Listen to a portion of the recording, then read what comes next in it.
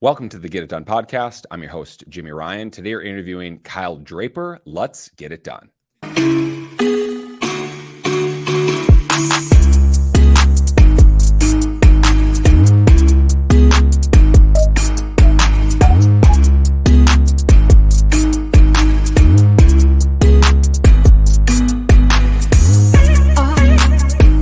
The Get It Done podcast is brought to you by Shape, the most powerful mortgage software with everything from texting, lead management, a dialer, LOS integrations, and over 5,000 other apps to help LOs take more deals from new lead to closed loan. Today I'm interviewing Kyle Draper. Kyle is the leader of Content Compounding, a close personal friend of mine. I know him as a just awesome husband and father. I would say an advocate for those things. He is the author of Rethink Everything You Know About Social Media, an excellent book. You can find it on Amazon. And are we going to really have freaking tech issues? Dude, no way. Son of a gun. I'm gonna throw my computer through the window. Is this really gonna happen? I have Kyle Draper on. Don't you know this, computer? This is Mr. Big Time here. All right. Well, maybe Joel is gonna edit out a couple little pieces of this. But bro, welcome to the show. I'm pumped to have you on. You're episode 99. I was the 99th episode on your show, and I wanted look at that. I wanted to put you on at 99 as well. And bro, I love you, man. I'm a huge love you too. fan. So I want to jump into your story, but first, welcome, dude. Say what's up. Thank you. It's been too long for us to get it done. So I'm glad that we're making this happen. The last time I had you on, we did a Tech Tuesday. Do you remember? I remember that. We're gonna do Tech Tuesday every Tuesday. Oh my gosh. What are either of us doing talking about tech stuff? Like, that's really not either of our lanes, but we did it anyway. You know what? I think that what we were doing was, you told me, Jimmy, get StreamYard and just start playing around with it. And I'm like, all right, let's jump on and let's freaking record an episode. And you know what? We did it. And you know what? It was a great episode. Yeah, solid. Dude, before we get into it, I want to talk about what you're up to now. I want to talk about content compounding because it's been a minute since I've been a part of the service and what's all changed with everything. And bro, a new book coming out and new baby, low on sleep, all these things. Life is nuts right now. Give me a life update. So, man, it's just super exciting stuff. We had a baby about a month ago as of when we're recording this, and she's amazing, baby Ruby. She makes us a party of 5, and we're just so elated and overflowing with joy. She's incredible. And so, big brother, big sister both love her so much, and we're not sleeping a lot, but we're full of love. And so it's been great. And right before she was born, I wrote a book, which is still super weird. Like, it's very weird. And I've gotten incredible feedback from it. I'm just excited. I've already got the second book in the works that I'm working on, that nobody knows what it's about, and we're not going to talk about it on the podcast. So they're going to just get left with that cliffhanger. But I'm loving where my life is. And man, I brought a business partner into content compounding. And so now that's expanding. We're about to put a big chunk of money into like the tech side of what we do, so that we're not like piecemealing different services together. People will have one login where they'll receive and give videos. There'll be chat in there to communicate with the team, and it'll just allow us to kind of grow into more of a corporate offering, where I can look at a mortgage company and go, "Hey, you're paying your mortgage department $1 million a year, and your content's garbage. We can come in for a fraction of that and help you guys crush it online." So it's super fun, with where everything is going. And I'm just trying to take advantage of every day that I get to love on people, man. Wow, bro. That's really awesome. It's kind of like a fractional CMO in a way. Yeah. Yeah. I mean, that'd be a fast way to explain it to somebody. Well, it's super interesting because I would say most mortgage companies, they hire somebody for, let's just say, even 60 grand, I would say is the low end, but Yeah. like somebody that's just making posts with clip art and, stock Yeah. photos, and then, putting some ad spend on it and, figuring out how to work Facebook ads manager, and like everybody's doing it at like a C level, and like, Yeah. hey, we got here social media, check, you know what I mean? But like, Yeah. not really an expert at it. It's just the person that got the job that is managing it. Well, and it may be even, Jimmy, it may be even better to say that like we're the backpack that the CMO wears, right? Wow. Like, because they're the visionary, they carry the vision for what the company is trying to accomplish. We're not trying to come in and necessarily be somebody's vision. We just want to come in and put the vision on paper and make it into reality. Right? So you just pull the backpack off, dip your hand into the tool of tricks, and ta-da, there we are, helping them crush content. Bro, I mean, my goodness, we'll have to talk more about this after we're done recording in regards to some Shape software stuff. But dude, so okay, baby Ruby is just beautiful. Thank you. What a cute baby. And I have to ask, so after I only have 2 kids. Yeah. So having a third, and like look, there's some space in between number 2 and number Yeah. 3. Like, dude, you knew you weren't going to be sleeping a lot. You know what I mean? Sure. But Yeah. like you get it at this point. Like the first one's tough. The third one, like, I guess, is it any easier? Is it like, man, I remember this now? Yeah. I think some things are easier and some things are harder. I think the hardest part is, even though our first 2 are older, there's still 3 of them, and there's only two eyeballs, Right. So they're still just always like, so wait, where is that one? Oh, I don't know. I haven't heard a noise from them in a while. It's like, we should maybe go try to figure out where they are, but for the most part, my 8-year-old, she is incredibly helpful. She like, I love what I wasn't prepared for is like watching like the mothering instincts begin to come out of my 8-year-old. Wow. Like going from like, how do I hold this baby and not hurt her, to like overnight she like knows all these holds and she's figuring. It's crazy when instinct kicks in, and it's fun to watch. Wow. That's so cool. I Yeah. mean, super inspiring. I want to jump right into the core of the interview, and Hit me that's with the really hard all stuff. about your come up story. Yeah, Yeah. the important stuff.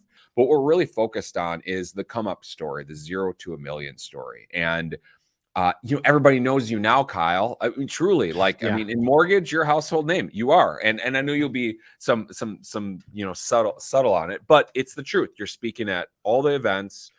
You're an author.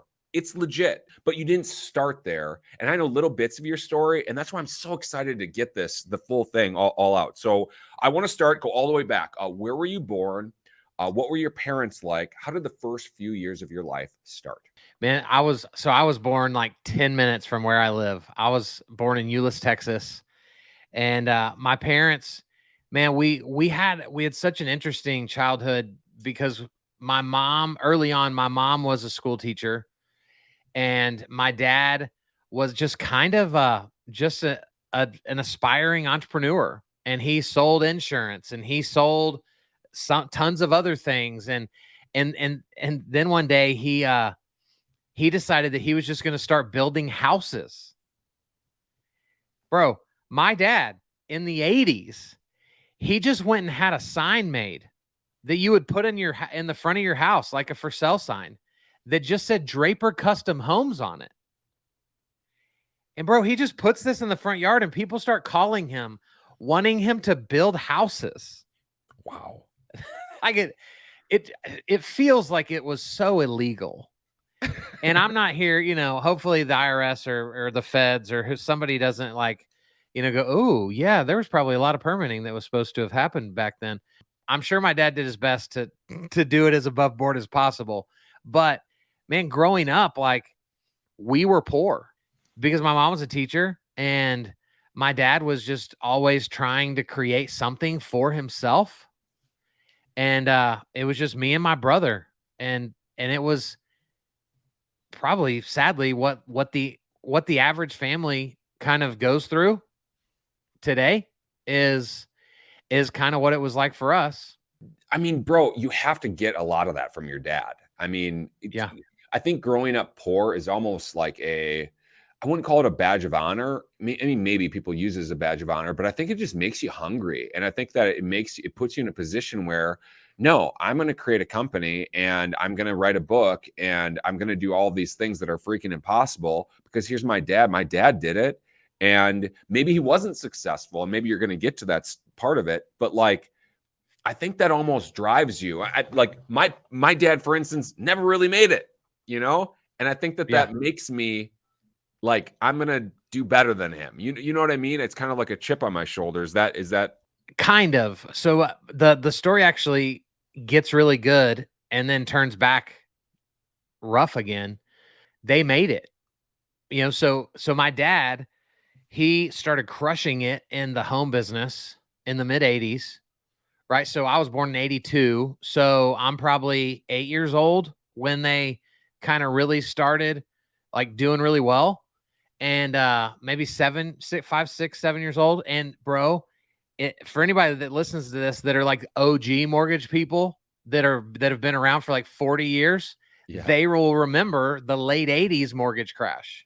And at the time, my dad had 15 spec homes sit empty for almost a year. Holy cow. Of course, I don't know any of this is going on as a child, but overnight, my dad owed the bank almost $1 million. Holy cow. And here's what I love about their story is, man, everyone told them to file bankruptcy. You're young enough, you can rebound, right? Like, this isn't fair. And they prayed about it. And my dad told my mom, Elizabeth, like, I don't have peace about filing bankruptcy. Like, we owe all these people money. And they probably need money too. And so, by the grace of God, they did not file bankruptcy. At the time, they owed over $900,000.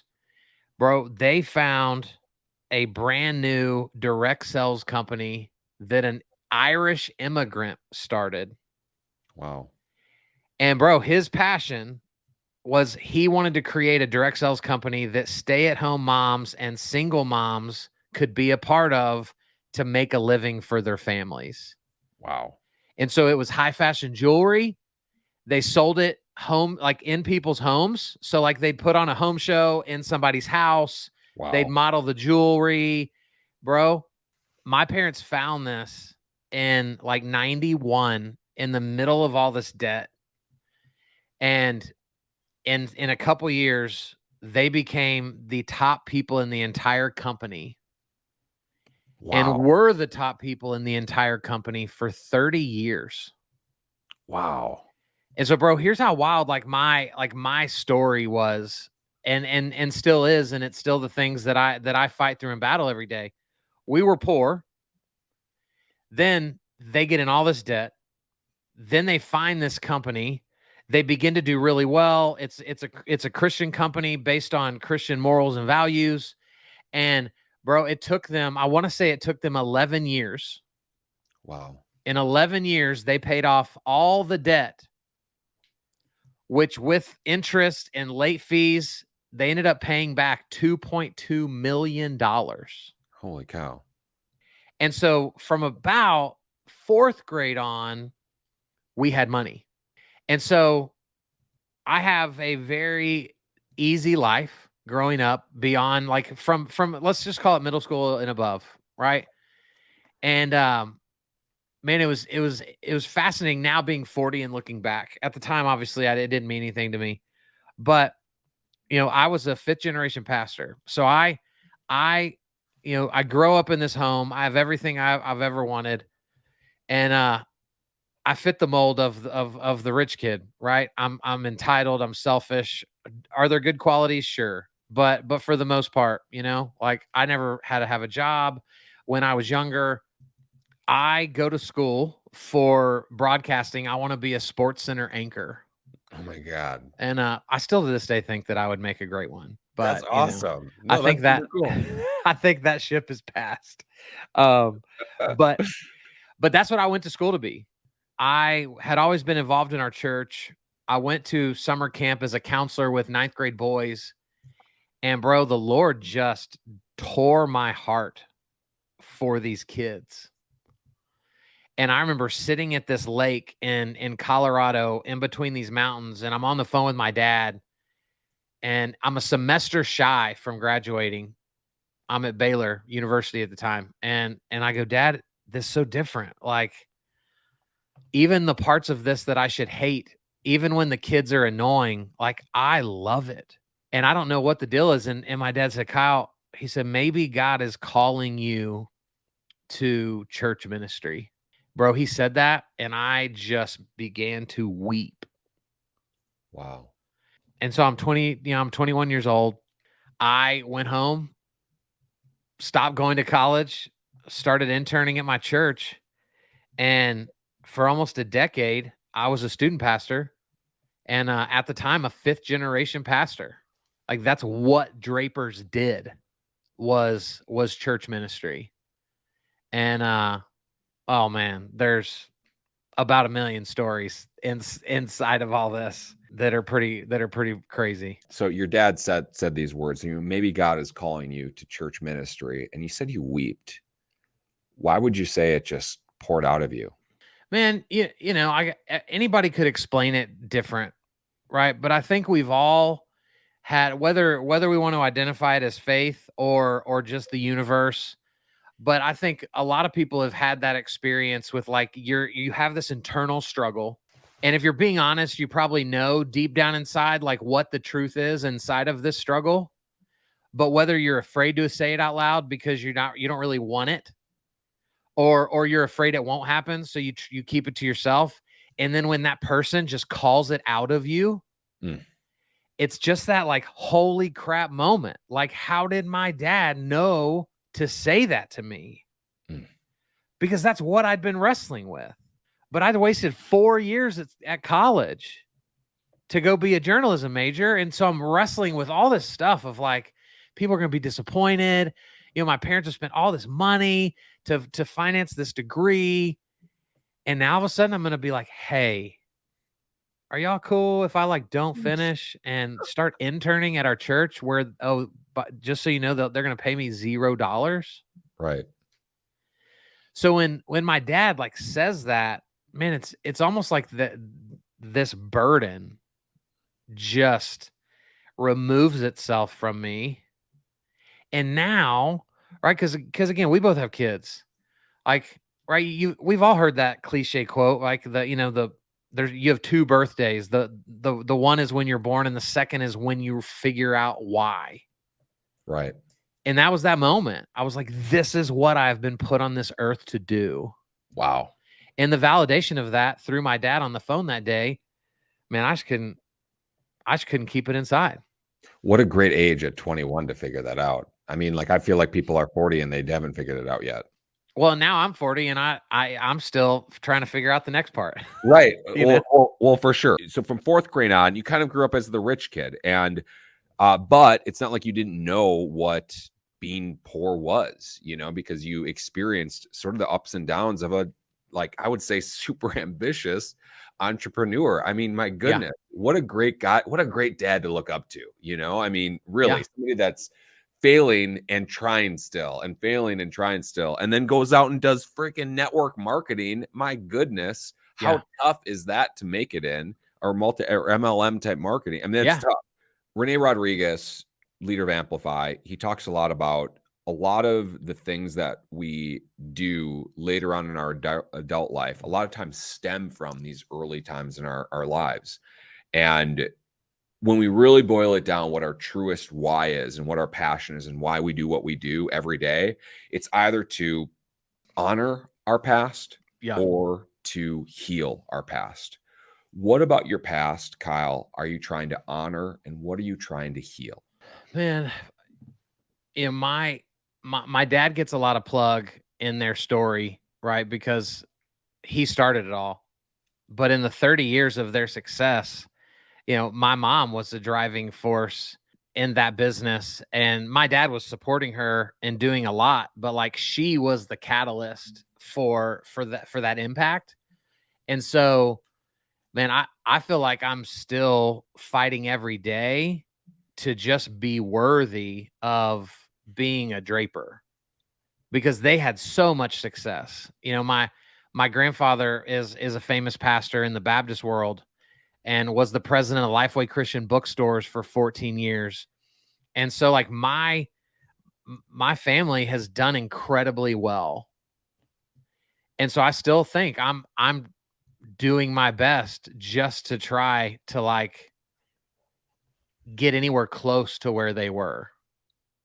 And so it's Wow. 100% about honor and, you know, being worthy of the name that they gave me. Wow, bro. That's super deep. And I mean, it really does connect dots for me in you. I mean, truly, like you're such a dreamer. I mean, you really are, but you're also a hard worker. And I would say what separates you from a lot of people is when you say you're going to do something, you do it. And maybe I'm calling you out. Maybe you don't always do it, but like, I don't, but I try to. But I tell you what, for things that matter, you show up. I think that for like, bro, I've called you on just friend stuff and like you answer the phone. You know what I mean?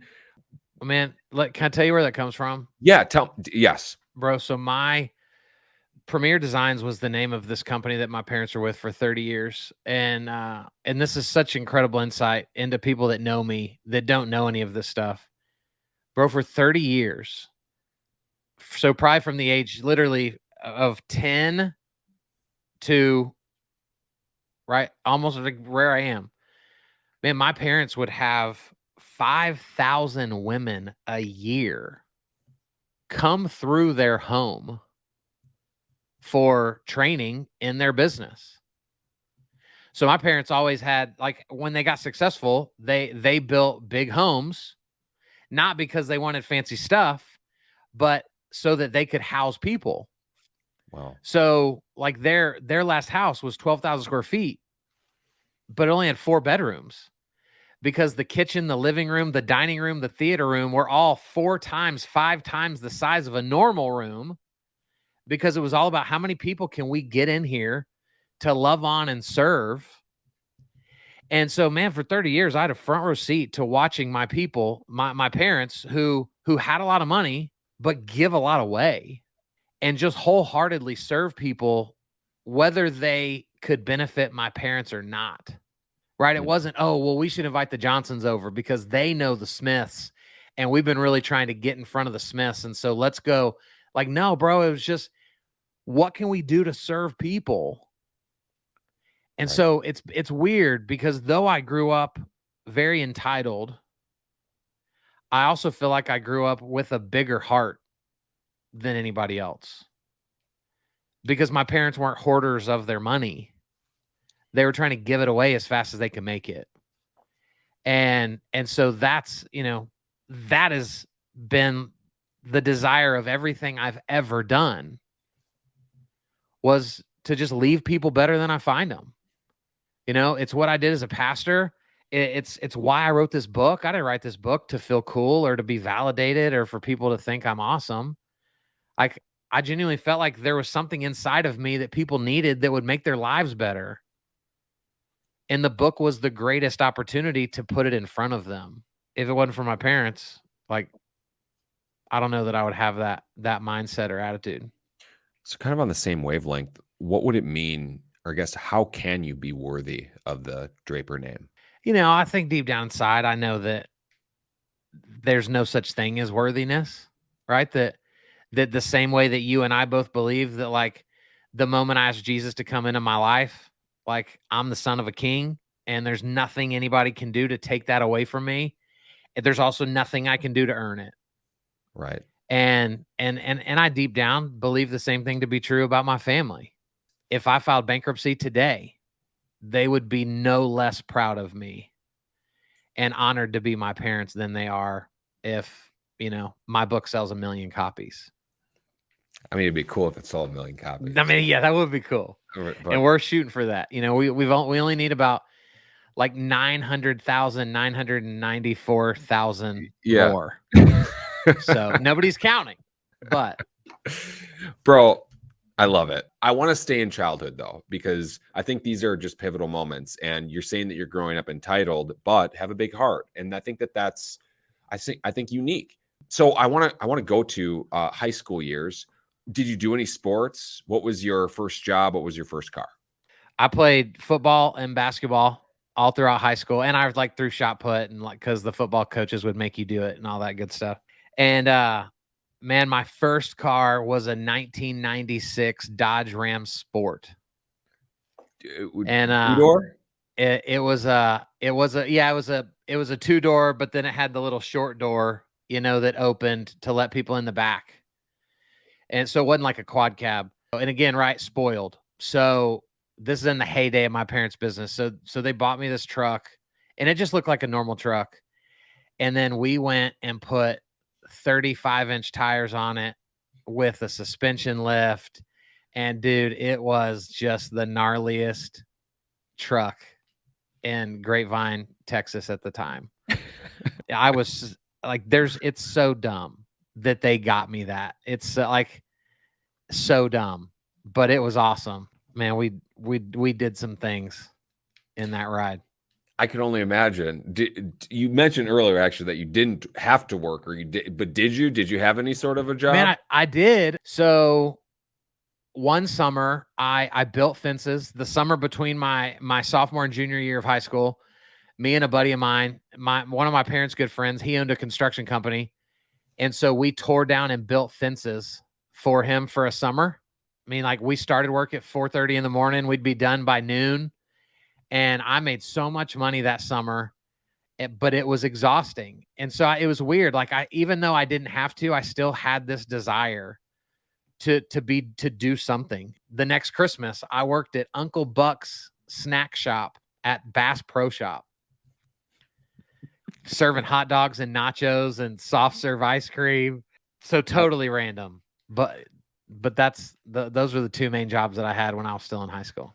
Dude, that's kind of awesome. I mean, truly, like, I'm sure you don't regret that at all. Don't you kind of wish in a little bit, like, man, I'd like to kind of go back there maybe and just kind of like No mess around. doubt. Probably not build fences from 4:30 a.m. till noon, but like, dude, Uncle Buck's doesn't sound half bad. I mean, yeah, I mean, we got to eat, free food, and it was indoors. So, it was pretty solid, pretty good gig. Were you a good student? Man, I was not a good student. I just could not give two craps about school.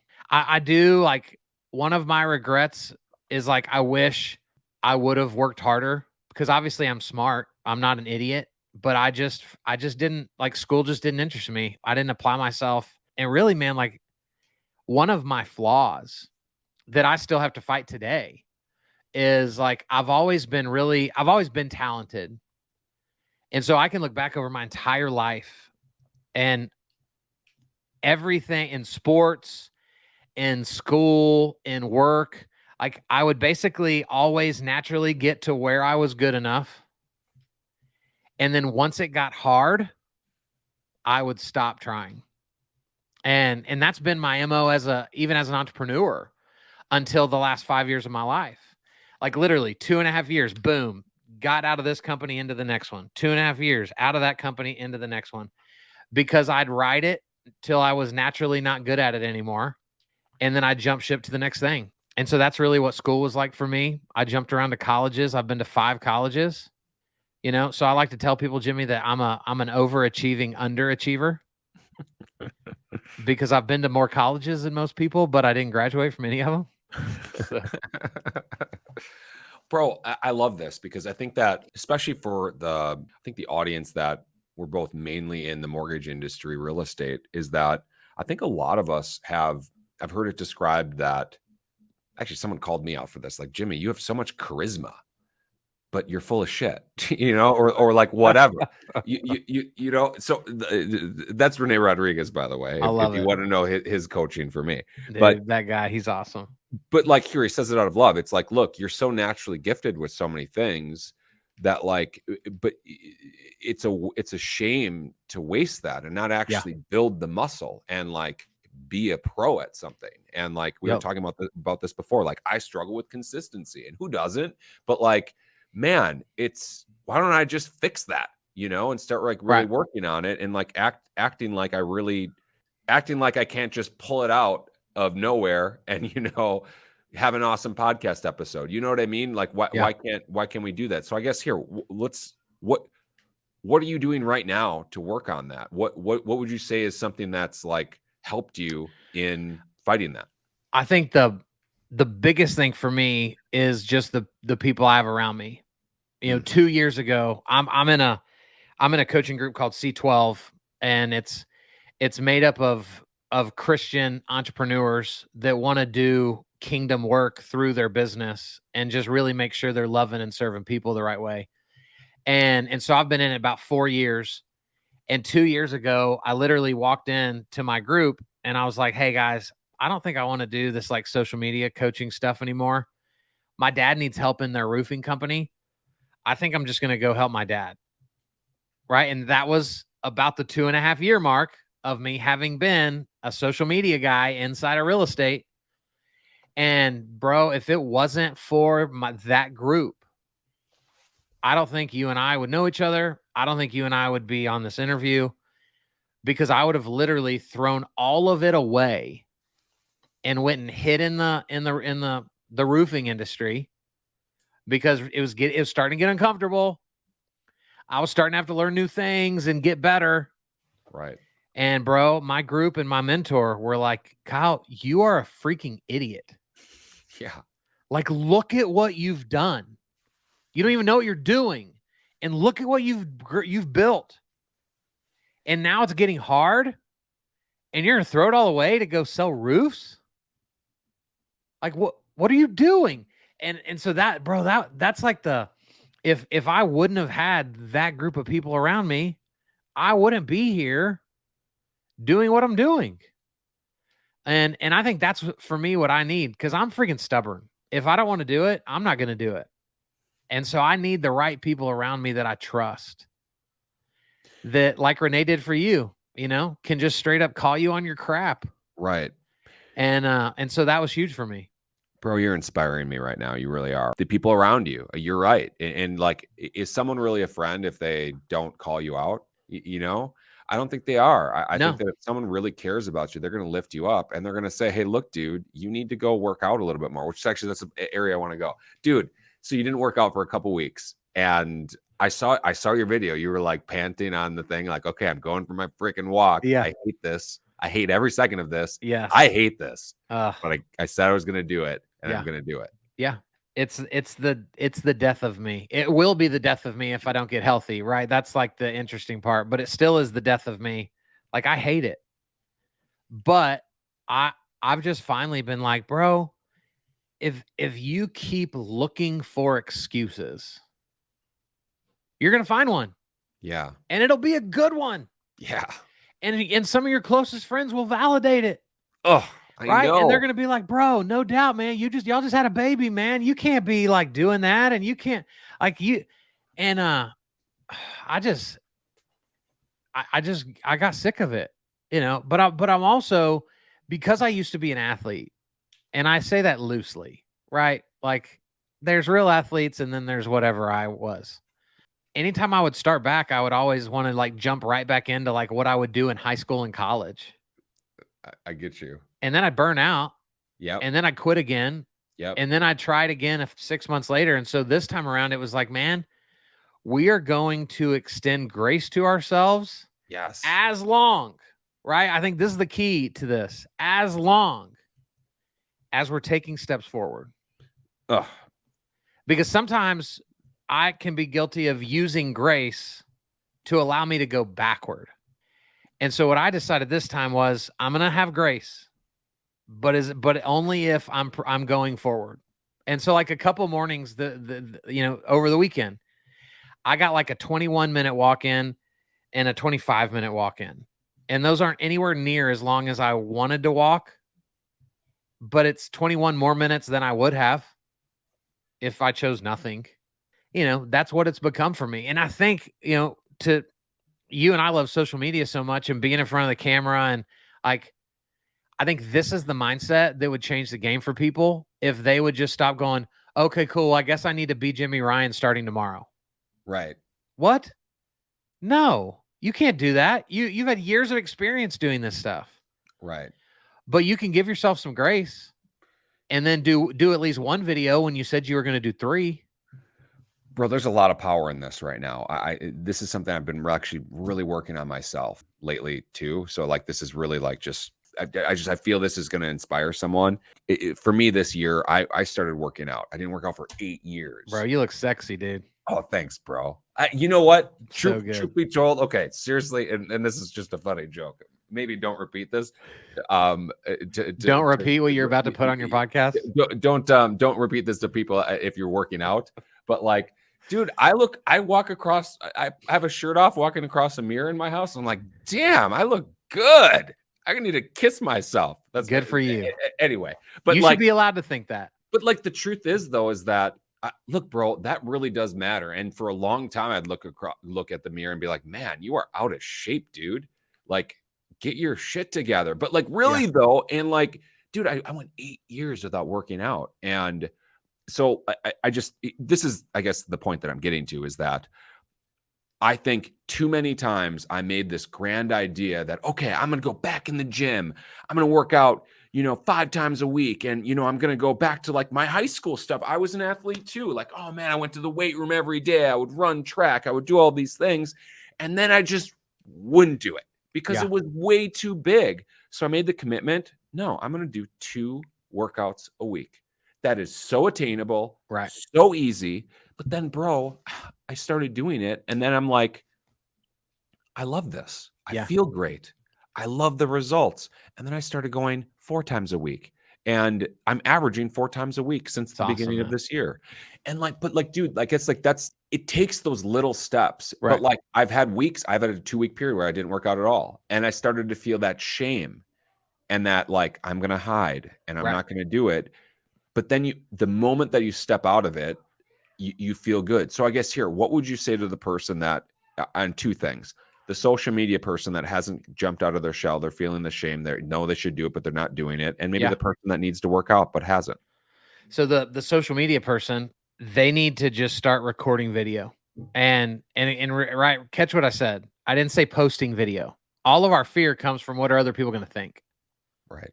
We can still work like your workout still works whether you post it on Instagram or not. Now, I don't think a lot of people believe that. Like, the calories don't officially come off your body until you hit the gram. But we can work out in private and it still works. We don't have to go and post about it. And so I think so many people get fearful of social media because their mind goes to like, what's my mom going to think? What's my sister going to say? Don't post it. Go practice the muscle in private. Yeah. Go record a video every day for 30 days. Delete all 30 of them at the end if you want to. But you'll feel so much more confident about yourself if you will just go and go get reps in. Right? That's what it's all about, is getting in the reps. And then to the workout person, like, I'm the last person that needs to be giving any advice about working out. You're inspiring. I'm telling you, man. You're inspiring. Your videos inspire me, man. I'm telling you. Thanks, man. And, I did used to weigh 401 pounds. And I weigh 288 pounds now. So dude, that's huge. It's what's a step you can take? What's a step? Like just today, I told my wife late last night, I was like, hey, tomorrow I'm just going to eat berries all day. Because berries are the lowest fruit on the glycemic index. I have type 2 diabetes. So I'm trying to be better about eating to get rid of to reverse that diabetes. But whenever I'm like, okay, I'm starting keto, it never works. It's just so overwhelming. It's so big. Mm-hmm. And so I thought, you know what? I know for a fact tomorrow I can eat strawberries and blueberries all day. I can do anything for a day. Right. And then let's start stacking those wins, right? Phil Treadwell talks about that all the time in his M1 Academy. Is just like our brain doesn't know the difference between a big win. Somebody just wrote me a check for $1 million or a small win. I said I wasn't going to eat till noon and I made it. Ugh. Our brain doesn't know the difference, right? And so Phil's been helping me like learn about how sometimes we just set so many big win things that we wake up every day feeling like a failure because we're not experiencing any wins. 100%. But if I would just say tomorrow morning, I'm going to get up at 5. What am I going to do? I don't know. I haven't got that far. Let's just start with getting up at 5. And what a huge win that is. And then, well, what are we going to do next? Maybe I'll go walk for 20 minutes. Maybe I'll go sit down and journal. But we got to take these small wins. And so that would be my advice is figure out how to create those small wins for yourself.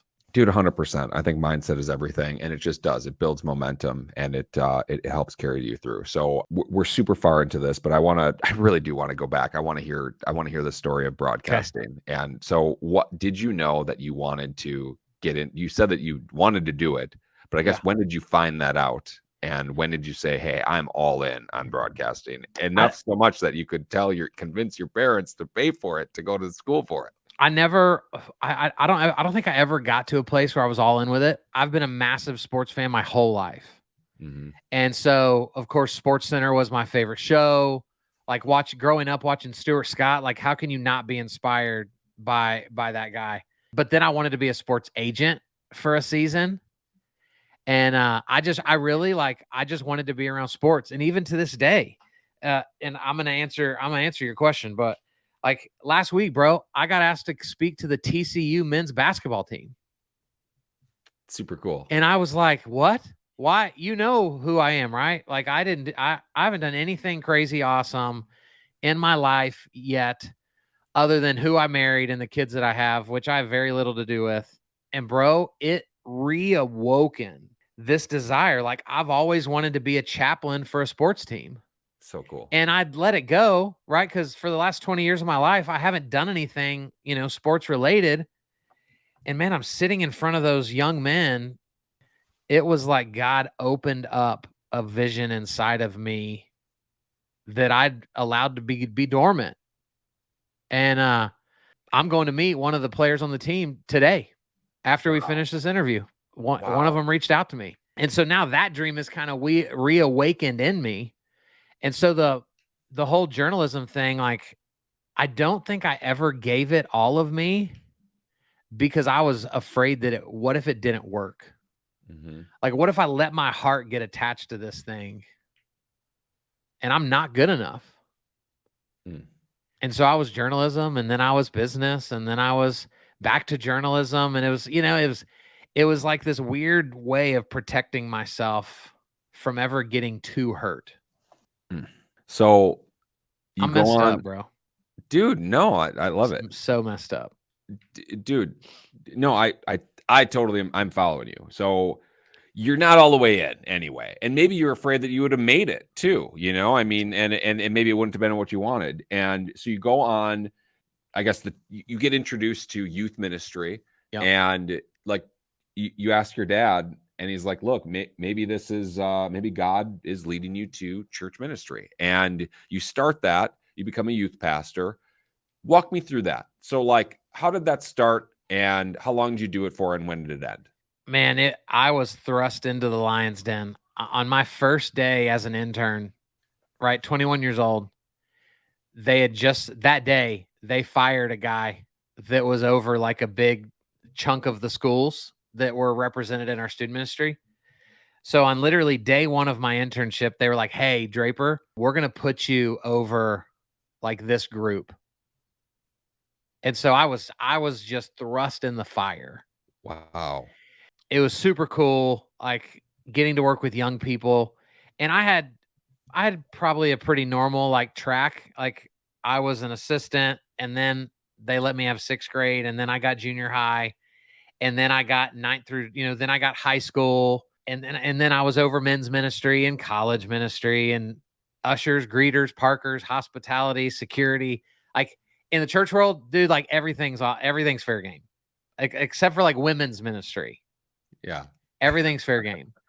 It was such a fun season of my life to just get to love on people. And especially now looking back, like, bro, I probably got to speak 1,000 times in the 10 years that I was a youth pastor. So now when people meet me and they're like, bro, that was incredible. Like people that just know me as a social media expert, dude, I have more talks under my belt from my 20s than most keynote speakers have to this day. And so I had no idea like what God was preparing me for, but it was just such a fun season. Like it taught me as a young pastor, like all my volunteers were older than me. So I had a crash course in like, how do you lead up? Like, how do you feel confident enough in yourself to be able to tell a 55-year-old volunteer like what to do, but in a way that they respect and honor you, not in a way that's like this freaking punk wants to tell me to go pick trash up. It helped me learn so much just about leadership and not just demanding things from people, but serving people into decisions. Man, it was awesome. Dude, until it wasn't. I wholeheartedly agree with, like, dude, God had plans for you in that, because like that did lead you to becoming a excellent speaker. And I've gotten the privilege to see you speak in front of a bunch of people, but like also like, dude, you speak to huge rooms of people. And like, how could you do that confidently had you not given 1,000 speeches before? Sure. You know what I mean? And you kind of just like, here, we're talking about charisma and like, just like, you know, being naturally gifted at stuff. And just I'll just go and speak here, you know, no big deal. And I'll totally crush it and having that expectation. But like, dude, you put in the reps, you know, it's just like, there's no way that you could have done that. But dude, you really do, man. You have a pastoral, if that's a word. Yeah, it's a word. Tone to you where like you have that care. I think that's something that's a skill. That's a muscle that you've absolutely built over the years. So, okay. We do this. We love this. We get all this experience. Yeah. And then it ends. How does it end? So it ended in 2013. And bro, what happened was in about 2011. I'll spare you the church politics part. You and I can have that conversation by ourselves, but we don't need to air dirty laundry across. I've heard a lot of little things, but you know, but the most important part of it was in about 2011, and I just started getting this sense that when somebody found out I was a pastor, they stopped being themselves. And so if you were kind of hungover from the night before, you weren't talking to me about it because I was a pastor, right? If you said the F word a lot, you didn't say it around me because I was a pastor. Right. And bro, I just woke up one day and was like, God, I got into ministry to love people. And I feel like my title is actually keeping me from loving people because nobody acts like themselves around me. Yeah. Everybody assumes I'm here to fix them, correct them, judge them. It just couldn't have been farther from the truth. So I just started praying. And man, it took 2 years. But ultimately, what I felt like God said to me was, Kyle, what if I've been doing all of this inside of you to prepare you to go be a businessman with the heart of a pastor? And God said that straight up to you? And bro, like the moment with my dad, when he said, maybe you're being called to church ministry, like this was that second moment when like that became clear to me. Wow. It was like, oh my gosh. And it's even a bigger story. I leave the church, actually got fired, and that's a story in and of itself that the Get It Done listeners don't need to have in their lives for today. We don't need all of the church politics. But dude, so we leave our church. God's told me so clearly that he wants me to be in the business world. What did I do? I go interview at a church. I go interview at the biggest church in America. And I go through this entire interview process, and it was excruciatingly painful. No one in that room was better qualified for that job than me. Out of all the people there being interviewed, I'd had the biggest youth group. I'd spoken on the biggest stages. I was the best. And bro, the church literally pulls me aside at the end of the process and says, hey, we just don't think you're going to be a good fit here. Like, it doesn't make sense. Oof. And so we're driving home. This was in Oklahoma. We're driving back to Texas. Our house sold. We put our house on the market, and on the second day it sold while I was interviewing at this church. So Lana and I are like, this is the Lord. This is perfect.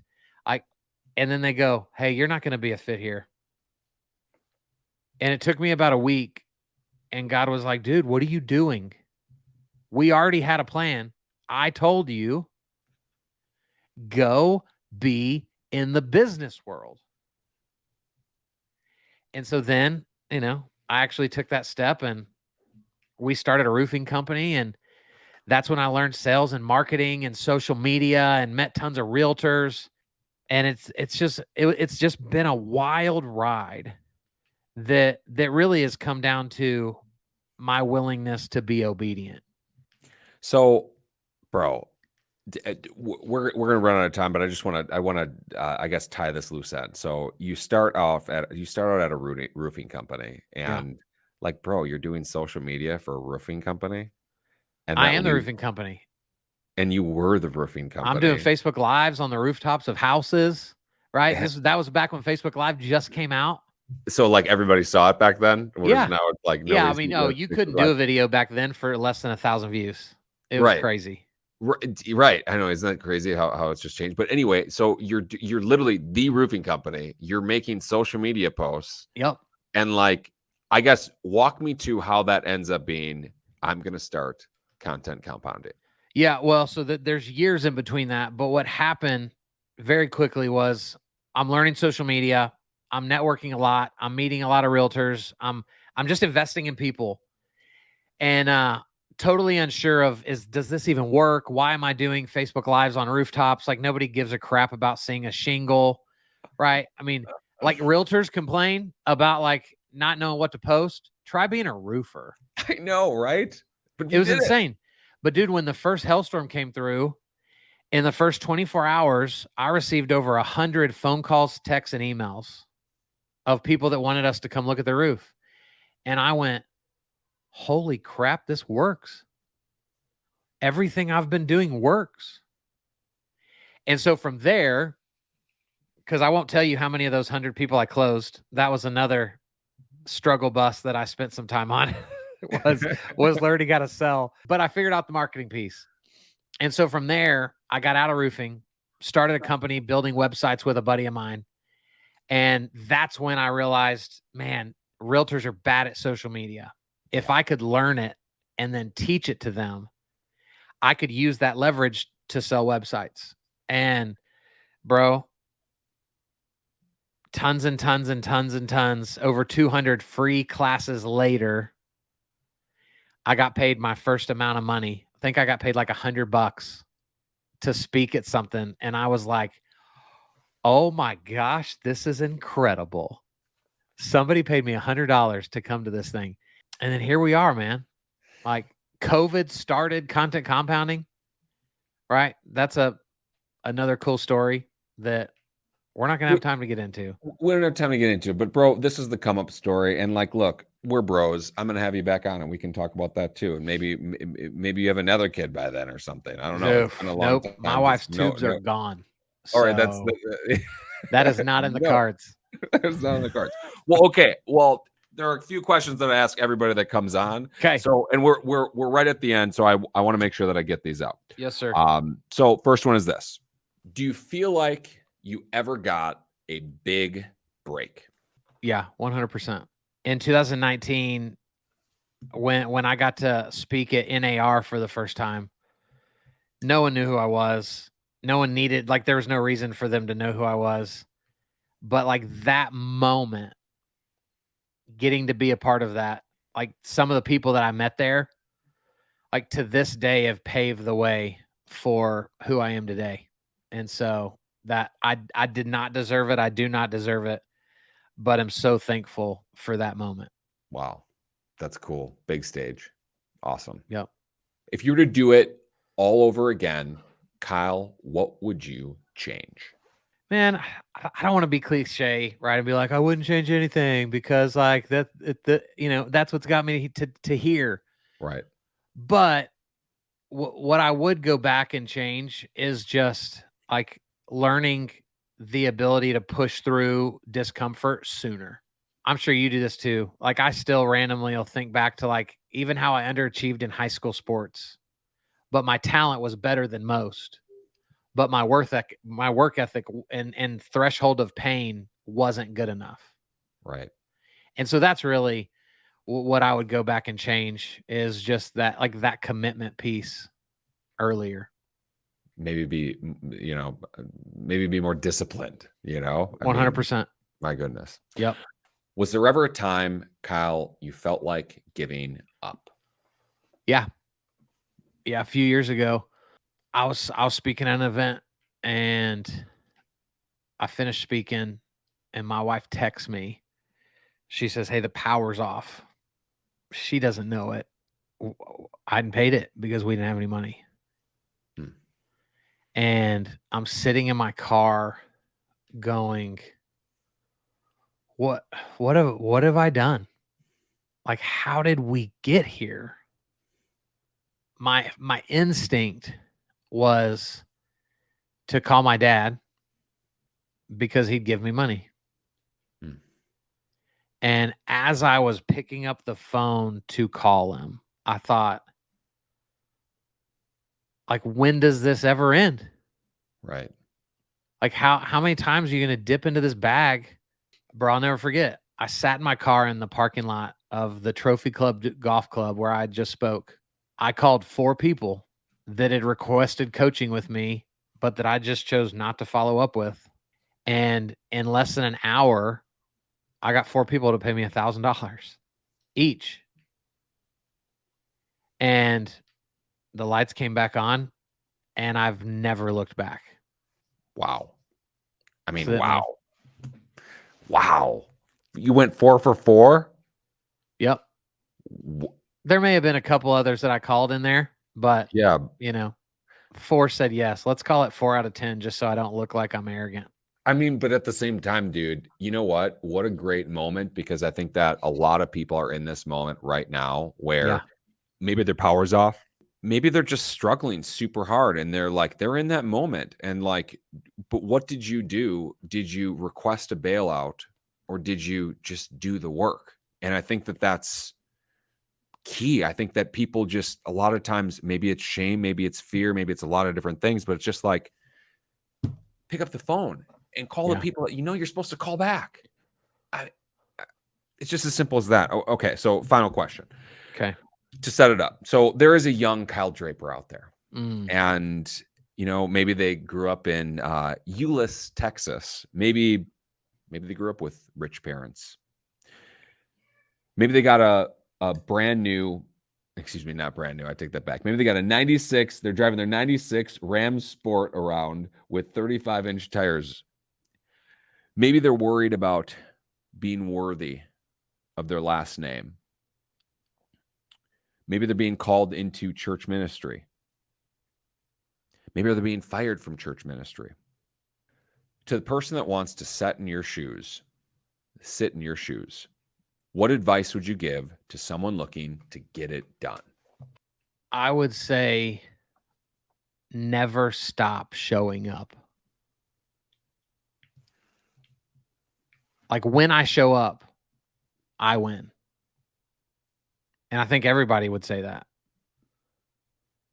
When the effort's there, when the mindset's there, when the intentionality is there, like, when I show up, I win. But sometimes, for whatever the reason, discomfort, insecurity, fear of loss, fear of being seen as a fraud, I just choose to shut it down and not show up.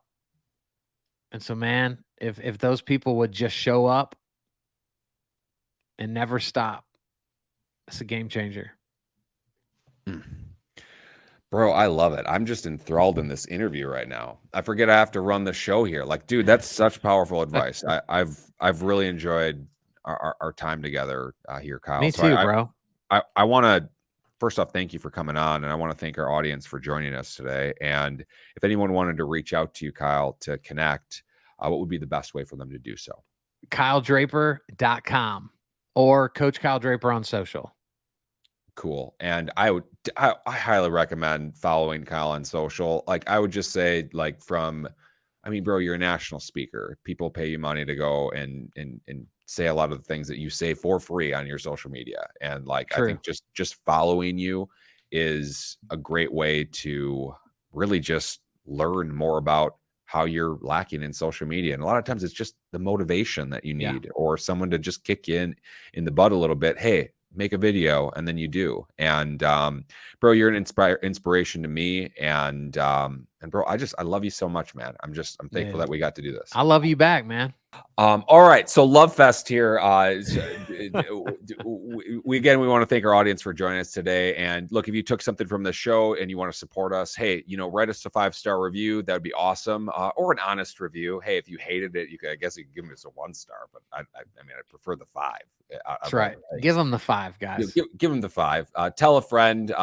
Hit that subscribe button. All those things make a huge difference in helping us reach more people. Once again, I am Jimmy Ryan. This has been the Get It Done podcast. Thanks so much for listening.